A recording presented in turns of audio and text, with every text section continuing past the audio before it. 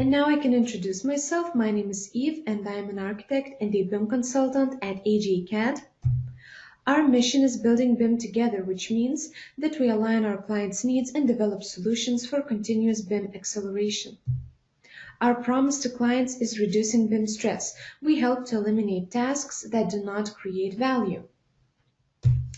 And now Truss Plus is even more user-friendly and flexible thanks to the extended possibilities for creating and freely modifying various roof truss layouts and individual truss structures.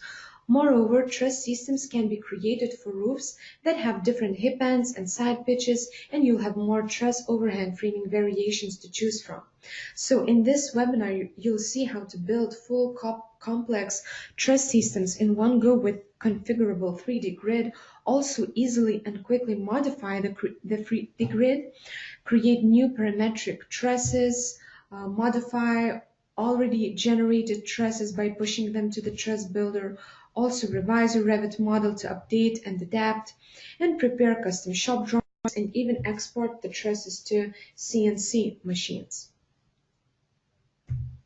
Okay, so now let's jump right in to the live demonstration. Okay, and right here I have a section view of a building, and I'd like to mention that previously if the wall in Revit, if the wall was structural, the endpoint of a beam or truss in Revit automatically moved to the wall's center line instead of the external face of the structural core. So now this is not the case anymore. We just need to draw the model line from the center line of the core to the center line of the core. And also a new feature is that an enhancement. I would say that we don't need to select the roof anymore. So I can just select the model line and insert truss by selected model line, and I won't have to select the roof. But before that, before inserting, I also would like to show you in the roof truss design settings new overhang framing possibilities. So a new end type is added, so we have more possibilities. And right here we can predefine the height and the width. Okay, and now a truss will be generated with that overhang. So I will choose a common truss, for example this one. Yeah, and that's it, it's added. You can see that this is generated and it's not pushed to the center line of the wall. It's where it needs to be. And now also I can modify this truss, and I can say that I want a bigger minimum diagonal web angle. So then the diagonal web will not be added anymore. Yes, like that. So I can modify the truss type and the web is not added anymore. Also, I can check the 3D view of this roof. You can see this truss, it's generated. And also I generated previously some more trusses that you could see various possibilities. And anytime I can just select any truss, and also I can replace it from the database. So I can select trusses from the same group or identical trusses from the same group. That's more for truss grids when I have identical trusses. But in this example, I will just replace only one so that it would be faster. But you can replace a lot of trusses at the same time. And for example, I will choose this one, like this. And now we can move on to the truss roof framing. So I will just move this wall right now here probably, because I want to show you the update possibilities.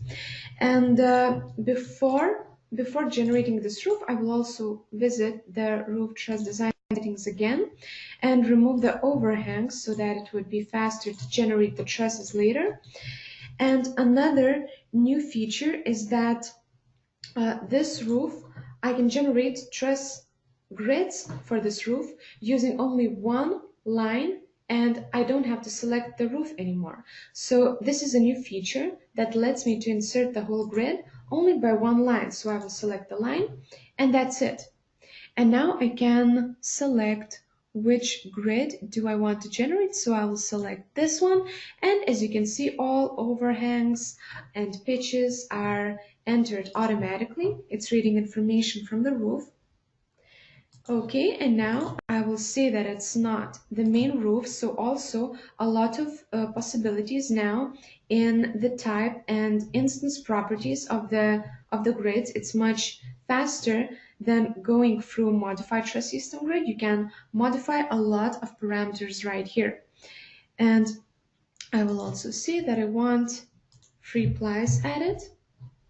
Yeah, because it will act as a support for this main roof. Okay, so now you can see that the truss grid is modified.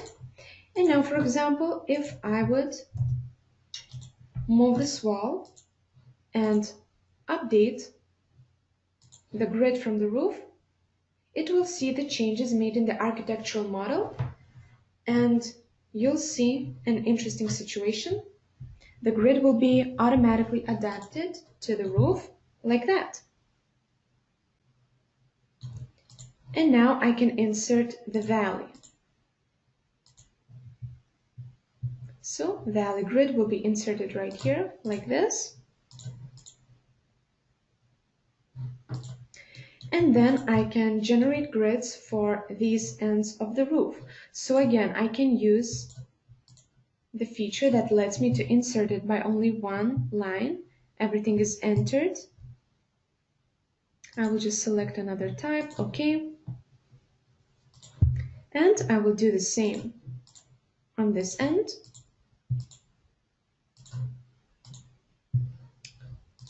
Like this, okay. And that's it. Now I can start to generate my trusses. I can select this grid and use generate trusses. And now in this window, I can choose truss type. So I can change the truss type for the hip end trusses, for jack trusses, jack rafters, corner girders, and so on. And I will do that. So I will set this here, hip end truss. I will change this one as well. This one is okay. And this one is also okay. And also we can generate jack trusses and corner girders on the left side and on the right side. So we can turn these off, or we can turn these off as well. And that's it. You can see that the trusses are generated and everything is nicely connected. And also now I can generate trusses for the valley. This one, okay. And then for the gable ends, this one is okay, this one is also okay. Yeah, so it generated different types of trusses that I predefined before generating them. And also, as you may notice, these truss systems are now added with the last common truss. This is predefined in the instance properties of the truss system grid. You can see show last common truss, and you will see why I'm generating it, because later it will be very easy for me to automatically array trusses from this one to that one and between these two in the middle. So that's why they're generating. It's really simple, and it's much more smooth. So now we'll generate them again right here, and it's the same, yeah, different. For the gable end truss and for the common truss, I'm using different types. And it generated these as well. So now I can select this truss and use array, auto array, and you can see that it automatically found that I need 5 trusses from this one to that one, and this is the spacing. I can also update from the roof if there would be any changes made in the roof, but there's none, so I will not update so that it would be faster, because all trusses are identical like this one. Yeah, you can see that it was automatically arrayed. And I will do the same on this side of the roof. Auto array, again 5 trusses, automatically calculated. Okay, and now I will array between these two in the middle. in the middle. Again, I don't need to update. And you can see that the roof is framed. And also I'd like to mention that I'm using these really narrow webs and cords so that you would see better. Because there's a lot of trusses and I just want you to see better. We can use bigger ones, of course. And you can see the whole situation was created. And they're all nicely connected. Also, these trusses have analytical lines in them, so this model can be exported to structural analysis software. And another thing that I'd like to mention is that we can frame these two trusses by using frame two beams, and they would be framed like this. Okay, and now we can move on to the next example. And I'd like to show you another enhancement that was done in this new version. So from now on, the roof can be created with different slopes. And also, the roofs don't have to be created by the pick walls command. So the truss systems now can be created for roofs that have different hip ends and side pitches. So now I'll go to the 3D view of this roof, and also it's created by a simple line, not by the pick walls command. And the only thing that is not as good as for the roof by the pick walls command is that I have to add these overhangs manually. But still, if I know the overhangs and I created them identical so that it would be easier for me to remember, but they can be different. I'd like to note that you can add different overhangs. So side and end pitches can be different. Yeah, it's okay. So I added this grid, and again, I can modify it, for example, through a modified truss system grid, but it's much faster for me to do it here right now. So I will just do it here. I will add 2 plies here, let's say in this situation, and I will add a second girder, and also 3 plies right here. And this is not the main roof. Yeah, like this. So you can see that the truss system grid is generated for a roof with different side and end pitches. And I will not generate the trusses anymore because you already saw that. And also I will not generate grids for these ends because they are completely the same as for this roof that we just created. So let's move on to the new situation that I have for hip end truss roof. So in this example, as you can see, trusses were created only for one roof, but in a very complex way, where we generate two valley grids right here and right here, and then trusses are automatically distributed below the valleys and connect to the corner girders automatically. So this situation also, quite complex situation, was generated automatically using our tool, like this.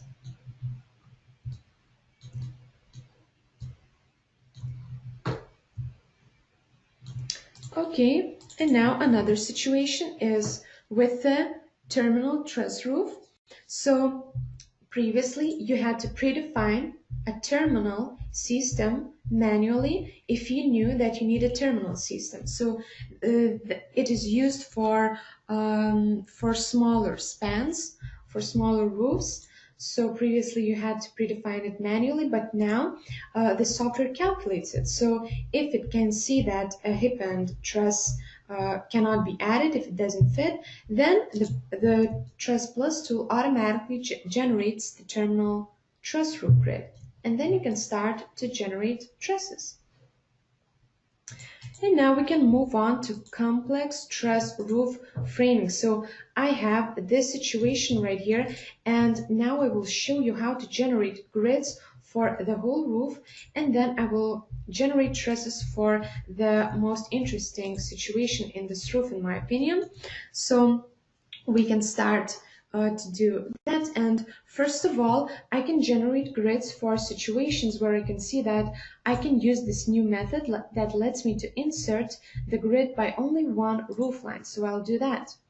First of all, I will generate it for this and select the correct grid, and that's it. Only by one roof line it's generated. And now I will very quickly modify the properties. Yeah, it's not the main roof. Yes. Okay, and I modified it, so now it's okay. For this situation, I can also generate the grid by using only one roof line right here. So I'll use this system, and again, everything is entered automatically. Like this, it's generated. Now I can generate it for this, and also by using only one roof line. Okay. And finally, the last one that I can use this method is this one, is this end. Okay. And now I don't have any simple situations left, but I still need more grids. So I'll use the old method because now it can handle much complex situations than before. So I will use insert truss system grid by roof lines, and I will select the front one, the end slope line, the left slope, the right one, and the valley. Okay. Okay. And it can generate grids even for these kind of situations. And we can move on because we need valleys right here. So first of all, I will select the roof and again use this method. Select the front line, the left one, the right one, and the valley. Oh, sorry, I clicked something wrong, so I will quickly repeat this. The front one, the left one, the right one, and the valley. Okay. Okay, now it should be correct. And I just need to choose the correct system. Okay. Enter the end pitch manually. And now for this roof, I'll say that I want 3 plies and it's not the main roof. Apply. Okay, it's correct. And now I can generate valley. Insert valley set grid for the system. And that's it. And I need to do the same for this end. So again, select the roof, use the older method, pick the front, the left, the right, and the valley.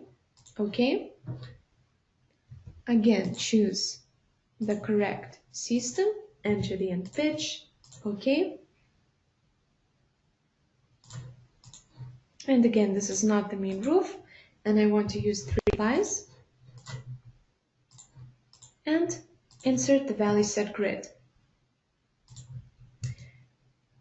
Now I will start to generate this corner right here. So I will again use the older method, pick the front, the left, the right, and the valley. So as you can see, it can generate even the most complex situations right now. Okay. And this grid will be connected to this one. When I will generate the trusses, I will generate them for this corner. Like this, you can see that this kind of corner grid was added. Okay, and now only this one is left. So again, I can select the roof, insert by roof lines, pick the front one, the left, the right, and the valley. Okay. I don't have to select the valley there, but still. This one, 0. Okay. And I have a system like this added here. And now when I have all systems generated, oh, not all, sorry. The most interesting part is the valley that can be added like a half. So for example, in this situation, I need only half of the valley trusses. So I will select the system and it will recognize that I need valley trusses added only here. So I will insert the valley set grid on the system, and you can see that this kind of grid was generated. So now I should start to generate, as I mentioned, from the grid that is supporting another grid. So I'll do that. I will generate the trusses here. And again, I need to select the correct families. So these are correct. Okay, and they're generated. And now I can generate this one, the corner. I need to make sure that the families are set correctly. These ones are okay, I think. Okay, and the trusses are generated for this situation. And also I can generate them for the valley right here. The correct type, okay. And you can see that the trusses are generated like that. And then I would of course generate this one and array them on the bottom like this. Okay, and now I have another complex situation that is already framed. So this is a simple roof, and it was just framed differently. So again, you can see the corner where I added the half valley trusses, and now you can see that it's generated differently in this situation. So these trusses just go directly through the roof, through all of the slopes, and they're adapted to the roof automatically, like this.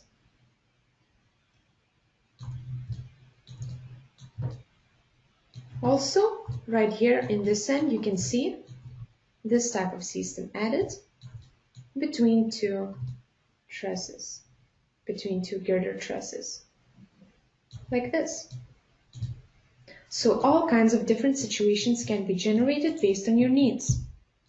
And now let's go to another view for the truss builder. So another great feature for the truss builder is that from now on, you can generate trusses even for multiple roofs. So you can create new parametric, uniquely shaped truss families based on model lines and even multiple roofs for immediate use in your project using the truss builder. So now I can select this model line and use not insert, but create truss type from model line, and the tool automatically finds the roofs. You can see that I have these roofs right here now, and I can add the web manually. So I can add the desired web very easily like this.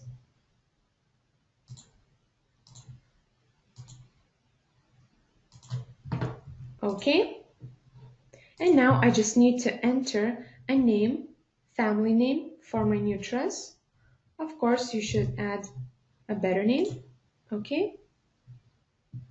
And that's it, and now it will generate the truss. And the tool will create new families. like this. So these are the roofs. As you can see, they overlap, and the truss is generated like this. Another great feature is to modify automatically generated trusses by pushing them to the truss builder and designing the desired web. As you probably know, in Revit you can only modify the trusses top and bottom chords, but you cannot modify and create a new web that freely. So with the Enhanced Truss Plus tool, you have a possibility to push an automatically generated truss. So as you can see, it was generated by a grid automatically, just like I showed previously in this webinar. And now I can modify only the web, so the tool will recognize the top and bottom chords that are created based on the roof shape, and we will be able to modify only the web. So now I can select the truss and use Modify Roof Truss type. And you can see that I have top and bottom chords, and now I can create a web. Let's say I will create an asymmetrical web so you could see the changes better. Okay. And now I should enter a new name for my truss. Of course, you should enter a better name than that. And you can see that the truss was modified, and now it has a different web from all other ones. So now I can use also a great feature that lets me to select trusses either from the same group, or identical trusses from the same group, or trusses from the same grid. So in this situation, I want to replace all of these trusses, let's say with the truss that I've just created. And I don't want to change only this truss and this one right here. So what I need to do is select identical trusses from the same group. And now I can use Replace Truss from Database. And I can select the truss that I've just created. And that's it. All identical trusses from the same grid were modified. Then I think that's it for the live demonstration. So right now I want to encourage all of you to download a trial and use the software for yourself. So don't run away still, I will answer your questions. You should go to the agacad.com, download the Tools for BIM doc, and from there you will be able to download the trial versions of our software. So thank you everyone who stayed till the end of this webinar. I hope that you found out something new and beneficial, and I also hope to see you in our future webinars. AGACAD, building BIM together.